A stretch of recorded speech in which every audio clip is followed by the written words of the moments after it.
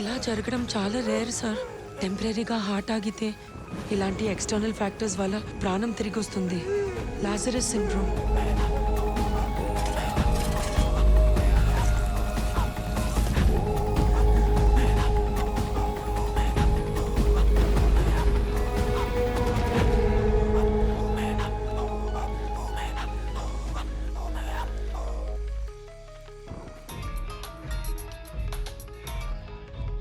ఏమైంది?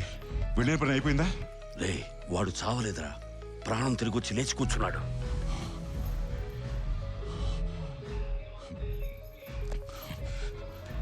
ఏమంటున్నావు? వాడి దగ్గర కోట్లాది రూపాయలు ఆస్తుంది. అది ఎక్కడ దాచిపెట్టాడో ఎవరికి తెలియదు.